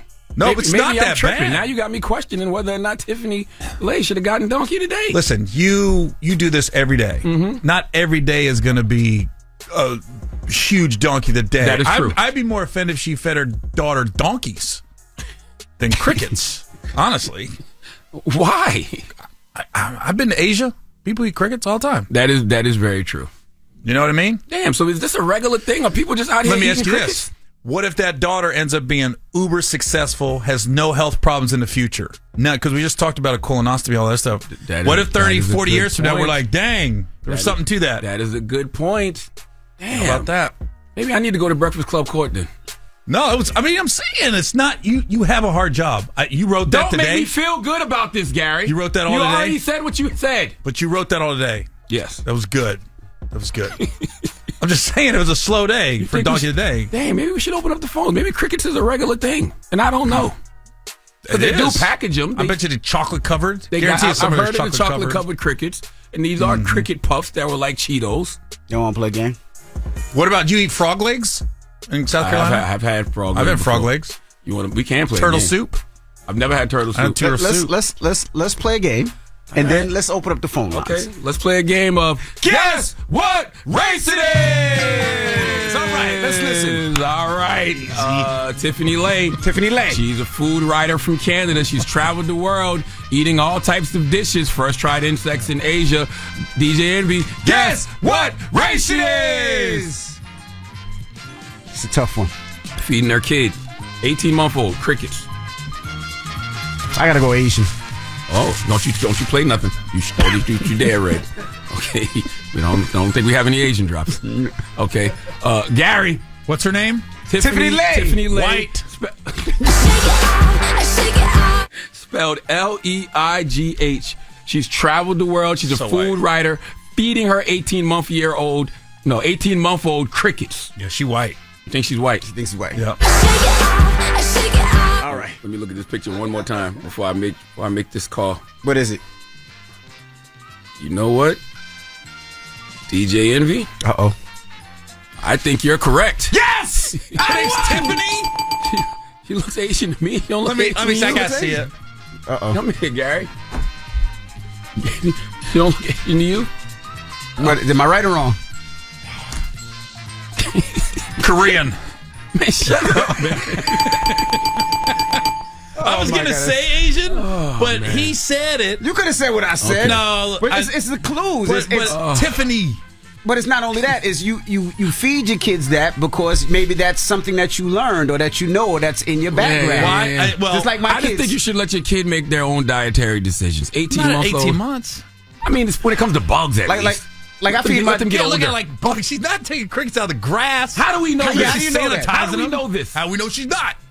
That's true too. That's true too. I mean, she did give us some Cheetos type crickets. I forgot what the name. Let's open up the phone lines. Let's take Charlamagne to Breakfast Club court. Come on, hit the drop. I don't even think we should do that. Let's just see if she's deserving of Donkey of the Day. All right. Well, I don't think so. That's taking you to court. 800-585-1051. Should she get Donkey of the Day? Okay. This young lady, she fed her kids crickets. Wait, the way you guys are presenting this is all wrong. How? She's just giving her kids some food that we think is not normal. That's what I'm saying. You're right. In her world, it could be normal. Well, that's why we're asking the people. She could be like, they're giving her kids pig intestines. You're right. Chitlins. And by the way, that seems very strange to some people. So if somebody gave their kids chitlins, what race would you say it is? Never mind. Don't answer that. Dare. Oh my gosh. I might be being very judgmental here. And I might need to mind my business. So let's open the phone lines and see. 800-585-1051. Let's discuss. Charlamagne, thank you for that Donkey today. And it's The Breakfast Club on BET. The Breakfast Club. Power 105.1. The Breakfast Club. Your mornings will never be the same. Morning, everybody. It's DJ Envy, Charlamagne the Guy. We are The Breakfast Club. Now, if you just joined us, we're talking about Charlamagne's Donkey of the Day. Now, Charlamagne went doesn't to a young know, woman. Yeah, he doesn't know if he wants to or doesn't want to give this woman. Well, Donkey Gary made me question it, and he might be right. I gave it to this woman, Tiffany Lane, because she's feeding her 18-month-old crickets, right? And I think that's strange. But then Gary's right. Maybe that's just what she does in her culture. It could be a cultural thing, but you go hard on Donkey of the Day. That's true. And some of them I'll be like this, dang, how do you find that out? Yeah. And then I'm like, sometimes you're like, I don't want to be Donkey of the Day. This one I wouldn't mind. If you're like, Gary eats a certain type of food. But the food writer said... But feeding the 18-month-old is the weird part. If you research and you're not putting her in any kind of health concerns, just because we think it's weird. But it says it gives her daughter protein, and it claims it saves her money on groceries. It saves her money on groceries. I did that yesterday. I was giving Donkey of the Day to a woman who quit being a teacher to become a porn star. And in the middle of Donkey, I realized there's nothing wrong with this, really. That's actually a responsible thing to do, because you could do both. So the fact that she stopped working as a teacher. Yeah. Let me tell you, my kids, they had a scandal at their school when they was in elementary school, and they went to a private, very expensive school, and one of the teachers got busted. On OnlyFans? This was before OnlyFans. No, she got busted because new pictures of her popped up on the internet, and I was like, "Whoa!" Why'd you leak the pictures, Gary? I didn't leak. Here's what's funny. It's a Christian school, right? Private Christian school, and I got the text from one of the dads before it hit, like the day before. They go, "This is coming out. Just giving you a heads up." They had a meeting at the school, right? Like, what did we do with her? Because she didn't do anything technically wrong. Somebody else leaked the pictures of her. She didn't do it. And I said, well, if the Bible says forgive, I say we forgive her. Was she pretty? Yeah. So I was like this. So it's worth looking at. Yeah. I'll show you when we're off air. I was like this. I knew when I met her, though. When I met her at the first meeting, she goes, my passions are Christ. These kids ain't cheerleading. I went like this. I said, oh, yeah. There's something going on here. Back to the crickets, guys. Back to the crickets. I don't give her name out, though. But I'll show you the pictures when we get off air. Back to the crickets. Worth looking at. But I say this, right? I do think it's a little strange, but I think a lot of things are strange to me. So she gave her child crickets, right? But then you look at Charlamagne, country bumpkin. He eats frog legs. I'll slap that fake beard off you. He's deer meat. It's not fake. Alligator tongue. Deer meat is great. See? I never had no alligator tongue. You just talked about all this heart stuff, all the fried food. I don't eat like that no more. I'm talking about parents give their kids all kinds of fried food. Oh, I'm with you. That's true. So crickets are grilled, right? And fast food, which is just as bad. Fast food is so bad. But Charlamagne ate a lot of stuff that I looked at that I would never eat. I wouldn't eat frog legs. I wouldn't eat deer meat. You don't know what you're missing. I had deer meat, deer hash. See? I had bear shoulder. See? What about the one dude out right now, the Liver King guy? Oh, I never ate. Oh, I've eaten raw stuff. I've eaten raw testicles. See? What? Yeah. Raw. Testicles? Testicles. He said there's all kinds of, I don't know, health benefits. But you see what I'm saying? That's weird to me. I mean, even chitlins. You eat chitlins. I've never eaten chitlins. But that's never liked the smell. Disgusting. Down south, that's what they eat. When I used to go, my mom used to cook them. When I used to go to my aunt's house or grandma's house, they used to cook them. So that's what they eat. People would think that's weird in other communities, right? I'm sure they do. It's disgusting. It's better than crickets. I've never had crickets. I've had chitlins. You had chitlins? I will never eat that again. I've never had it. I don't even like the smell. Me neither. Hello, who's this? Good morning, this is Monty. Hey, Monty, good morning. How y'all feeling today? You doing Blessed, good. black, doing and good. highly favored, Monty. What's your thoughts on Monty? Should Tiffany get donkey today or nah?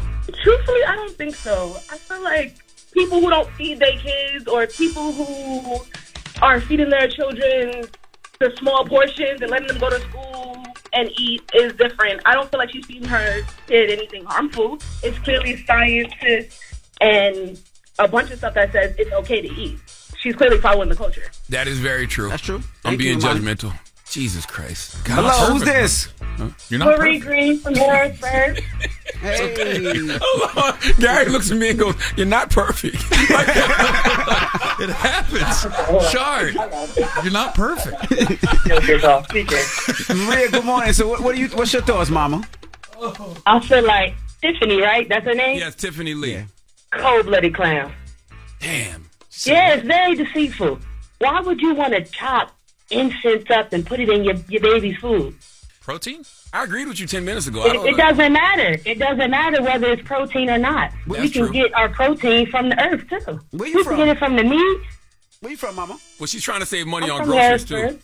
From where? Yeah, it doesn't matter. Who wants to run around eating bugs? We're not back in them centuries. That's what I thought. I'm sure you ate some disgusting thing, or your parents fed you some disgusting thing. You ever had frog Stop legs, trying to sway the deer jury. meat or something? No? Yeah, my uncle tried to feed me deer meat, frog legs. I ain't with none of that. See, All of that's that the is so same good. thing. Deer's good. Good, man. Deer's really good. You don't know you're missing out. How you just kill Bambi and eat Bambi, though? That's nasty. You Bambi ever was tried a Bambi? doe, right? Huh? Bambi was female? Does it matter? Well, a deer is a male. Yeah. It's got the antlers. I never thought about it. Bambi didn't. That was a female. I just heard him say deer meat. Dude, wait, you can't. There's no female deer. It's a doe, Yes, it's right? female. Come on, what kind of question is that? Deer's a doe. Deer's a deer. Female is a doe. If all deers were gay, a female they'd be deer, extinct by A now. doe. A roe doe. What the hell are y'all talking about? A deer, a female deer, I remember the song. I just can't remember it. All right, if I had crickets, I'd have a better memory if I would have been crickets. 800-585-1051. Charlamagne gave Tiffany, a food writer, donkey Tiffany of the day, because she fed her 18-month-old crickets. I agree with it. All right, we'll talk about it when we come back. It's the Breakfast Club. Good morning. Hey, everybody. It's DJ Envy, Charlamagne the Guy. We are the Breakfast Club. We got our guest co-host, Gary Owens. What? That's right.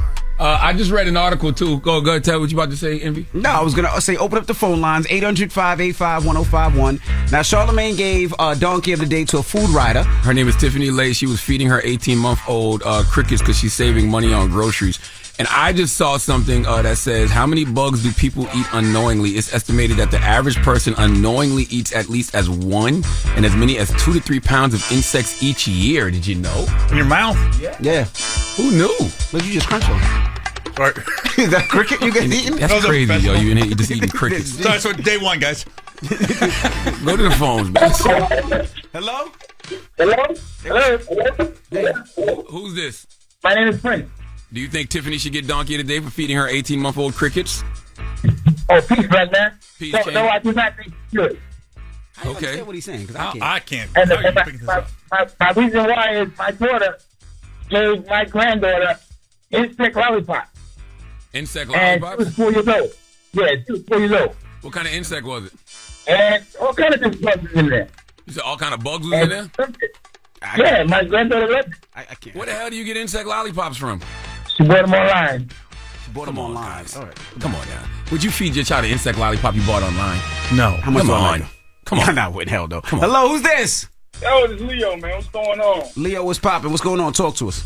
Hey, Charlamagne, you tripping, man. Sometimes you, you probably ate chillings and little ducklings and shit been growing up. You know Never ate chitlins. Didn't like the smell, but yes, I've eaten deer meat, bear shoulder.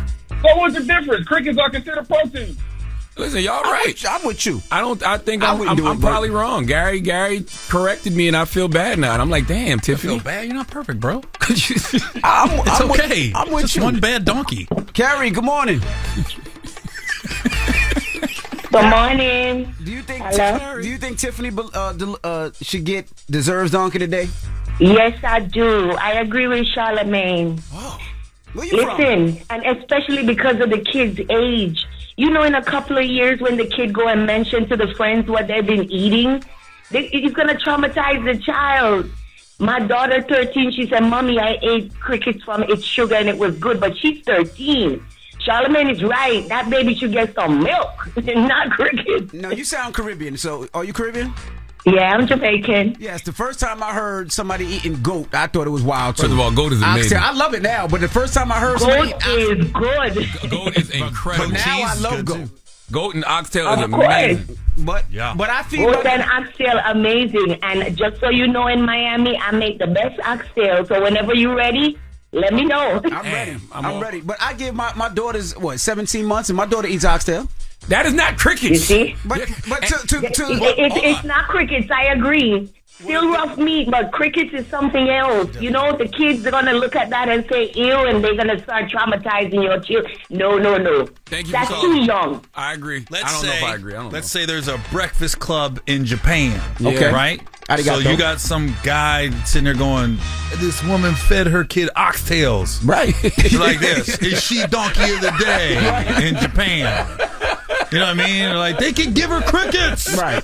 If there's a breakfast club in Japan and they hear that I give my daughter oxtail, they're going to say the same thing. I highly doubt that they would ever criticize anybody for what they eat in any of those countries in Asia.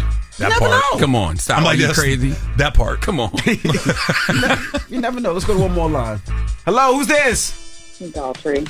Hey, speak a little louder, Mama. She said her name is Adultery. No, it's Daltrey. Oh, Daltrey. I was like, what? What's your thoughts, Hang Daltrey? up on her. Hey, Daltrey. Hey, I'm so glad I made it to the radio. Should Tiffany get donkey of the day, ma'am? Yeah, Charlamagne. No, I don't think so. I think you should mind your business, Charlamagne. Whoa. That was a little harsh. That was not harsh. I feel the same way. No, I'm with you, Daltrey. No, because I think that is a part of their culture in Asia. I'm pretty sure. So, I mean, that's what she knew to do. So, she is Asian. Okay, thank you. I'm so torn. Now, I wouldn't put it in a little, a to-go container and take it for lunch for the kids if the kids going to school. Why? I think they do that. That would be a little weird. I think I've seen that on TV. That's like man versus food type deal. Really? I think I've seen it's in a cup and they eat it, like with a fork. I'm chopsticks. so torn. I agree. Donkey of the Day is for giving people the credit they deserve for being stupid. She's not stupid. Nope. We just don't agree with her life. I don't agree with her lifestyle, but that doesn't mean she's stupid. Let's do another one. The moment has passed. Gary. We'll do it tomorrow. Let's do another one. Okay. Let's do it. Like you can't do 2 donkeys in one day. I mean, the moment has passed. And this is something. And this is something the lady said. The lady said, and maybe you guys out there might think about this, because she said that it reduced her grocery bill from $350 a week to $150 a week. She says she puts it on puff snacks, which is like Cheetos. She says she does like little snacks with it. She says she replaces beef, chicken, and pork by using crickets. And I guess I would have to know the rest of the kids' diet. And I would have to know, a pediatrician would have to tell me it's safe to feed your kids, crickets. And she might like it. Like the she lady didn't that like it called at first. She spit it out. Well, if the lady called in and was like, it's going to traumatize her, I go, what if she's 13? She goes, no, I didn't like it when I was little, but I ended up liking crickets. Well, yeah, she didn't like it until the mom started mixing it in the mac and cheese and the pancake mix and everything else. Kids don't like vegetables when you first give it to them. That is true. I'm not justifying it. You're right, Gary. She doesn't deserve the credit for being stupid today. All Just right. because we have a difference. Thanks, guys. A difference of lifestyle. That's why I'm here. That's right. That's right. All right. Well, I've been here before. This is like when I was younger and arguing with my older cousins about eating ass. I don't know how that ended up. No, because my older cousins used to eat ass. At what age did y'all have this conversation? And I was a kid. I was like 13. I was like, ooh, that's disgusting. And they was like, And then you tried it and you liked it. Well, actually, it was about eating poom poom. And it was like, oh, eating poom poom. I'm like, oh, who does? Okay. Since we're on this topic. Okay. I remember I was in the Navy. Oh, boy. Whoa. No. What was his name? No, it's funny. We were having this discussion about eating boom, boom, right? Yes, boom, boom. Not boom, boom, right? Boom, boom is can't say that word. Back. Yeah. I got the list. Boom, boom. And everybody's like, ugh. Everybody was talking about bad experiences, right? And I was like, I never had it. Never had a bad experience. Why was like that next chick? I was like, yo, is this guy listening to my conversation? It was so bad. By bad experience, you mean smell? Oh. Yeah. Oh, my God. And you ate it anyway. She was gone. No. Yes, you I mean, did. I knew immediately. I was like, I can't. You got to go. I came up with an excuse. I go, I got a dentist appointment. It was like 3:30 in the morning. She goes, what? I go, yeah, it's at 6. It's in L.A. I was in San Diego at the time. What did it smell like? It made the hair on my arms stand up. Whoa. It was that bad. Whoa. And she knew it. She knew it because she did not argue with me. She goes, she got dressed She and left. makes the hairs on the back of my arm stand up with just one. But it was crazy because we just had the conversation. I was like, I can't relate. Never happened. The next, this is like on a Wednesday. That Friday I went out. Jesus. Oh my! You gotta be kidding me. You deserved it. I did. You earned it. You spoke it into fruition. All right. Well, I did. When we come back, we got your rumor report. Tory Lanez, he sends a message from jail. We'll tell you what he said. It's the Breakfast Club. Good morning. The Breakfast Club. Good morning, everybody. It's DJ NV, Charlamagne the Guy. We are the Breakfast Club. We got our guest co-host Gary Owen here. And let's get to the rumors. Let's talk Tory Lanez. Rumor has it.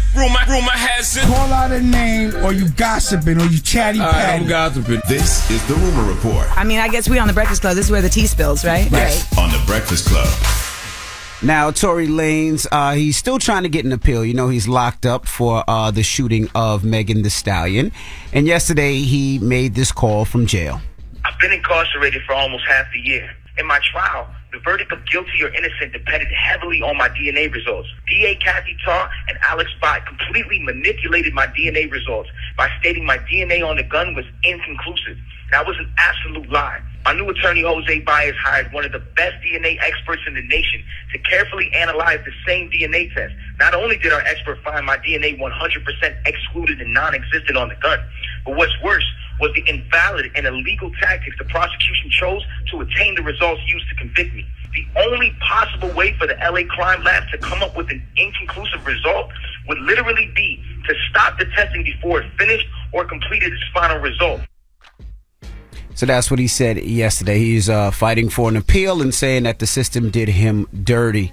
Yeah, I don't know what's true and what's not true, but I know Tory got to be careful calling out a DA like that and whoever the other person is, because that's a big claim he's making. That's defamation if it's not true. Like, that's a big claim. You saying that, you know, somebody altered your DNA results just to get a conviction against you. That's a big claim that could be liable. He was talking like a lawyer. Yeah, he sounded like a lawyer when he was talking. I mean, yeah, it was definitely a prepared statement, but you know. I would say this. I remember when Remy was up here, and I think Remy said it perfect. When we go to these court systems, a lot of time is winning and losing, right? Who wins, who loses, and they try to, you know, make people go to jail, or they try to convict people. But do they necessarily want the truth? You know what I mean? Do they really go through the facts and try to honestly get the truth to see what happened? Or is it about, oh, we have to win this case. The DA has to win this case, or the defense lawyer, like, because we really, no matter what case it is, we want the truth. It felt like in this situation they was very, very thorough with it, though. You know, but that's what I'm saying. That's a big claim to say that somebody literally altered your DNA evidence just to convict you. Like, as I said, you got to be careful with that one. That could easily be a defamation lawsuit. Still hard to wrap around. Like, he's in jail. Oh yeah, he's in jail. Like, he is locked up. Yeah, he's locked up since what, December? I mean, that's not the first since December, we've seen locked before up, Christmas. Though. Yep. Yeah, he said he did 6 months, right? Yeah, but he's there before Christmas. Remember, it was right before Christmas holiday. Yeah, but you know, as us, it's like everything's up for public consumption. But the trial's over, and you think, oh, just moving on. Like, he's still in jail. He's still in jail. Yeah. That's crazy. Yeah. Now, also, Fat Joe talks about when he signed with Rock Nation, how everybody called him out the blue and wanted one thing. You know, I had some friends that never worked a day in their life. I remember I first got down with Rock Nation. They was like, yo, so when you setting up the meeting with me and Jay-Z? Meeting with Jay-Z? For what? What does Jay-Z want to talk to you about? Like, break it down to me first. I've gotten a couple of those, and I'm not even signed to Rock Nation. I've gotten a couple of those before. Really? Hey. Funny story. So my road manager Brad, right, sitting over there. We were at a Redskins Cowboys game. It was a Monday night game, like 12 years ago. Hopefully, he was going for the Skins, but go ahead, Redskins. I was just there. What are they called now? The Commanders. The Commanders, yes. So LeBron walked in, right, and I knew something was going on because the whole crowd started to move. So as Chris Paul and LeBron walked in, and he was going nuts. Brad who's with me, by the way. We're staying like the 50. And it's pregame, we got the field passes. And then Brad started to move with LeBron and his crew. And he left me, and I go, where are you going? Like, he didn't realize he was moving with LeBron to the point where he left me on the 50. He's in the end zone now. He's starting to go in the tunnel with them. And then the security guy stopped him. And I looked at Brad, I go, where were you going? And he was like, I didn't realize I was walking with them. I said, so LeBron's got his whole crew there, right? And you're just walking with him. You think you just go up in the suite, and LeBron's gonna be like, "You in the fedora, you look like a cool dude. Come hang out with us in the suite." Pete Davidson would have pushed Brad. Okay, Pete Davidson would have got Brad away from him. Oh, really? Yes. He's like that. He's like that. You didn't see the video from the other day? No, I missed it. Yeah, Brad. It sounds like Brad was acting like the same groupie behavior that this guy was with Pete. Brad would have got Donkey of the Day, and that would have been legit. That would have been legit Donkey of the Day for doing that. My jeez. I was just thinking, it just reminded me when he said they called the Rock Nation people was calling. I was that was like Brad. Like, what are you doing? Now, they do that. I know they do that with you. They do that to me all the time with 50.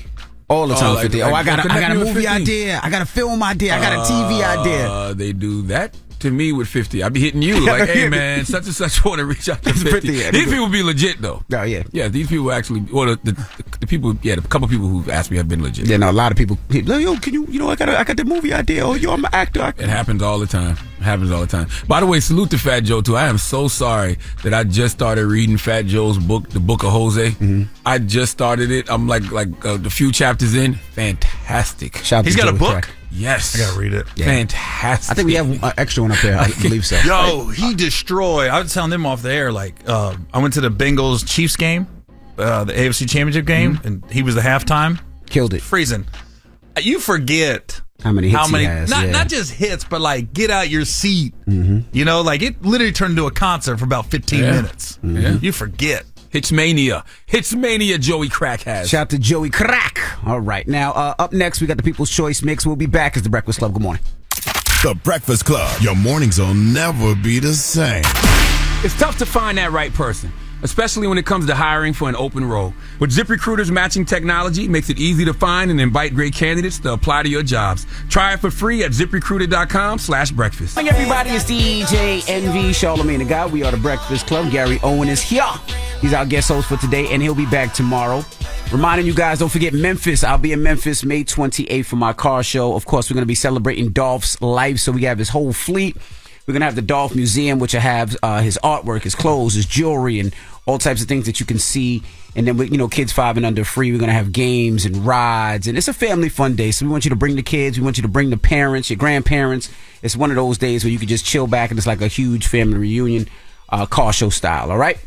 Now, Charlamagne, you got a positive note? I do, man. And I want to thank everybody who came out to my screening last night of Are You There, God? It's Me, Margaret. We had a screening and the theme was Girl Dads for Bloom. So, a lot of fathers came out and bought their daughters. I'm a big Judy Bloom stan. Mm-hmm. And the theatrical version of Are You There, God? It's Me, Margaret comes out this Friday.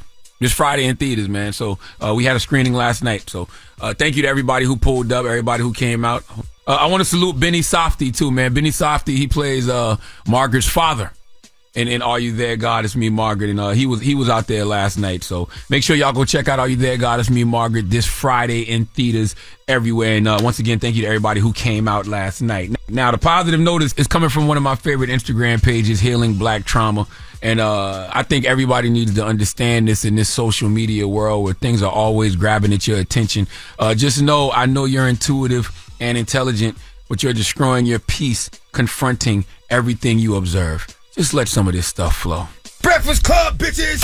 Y'all finished or y'all done?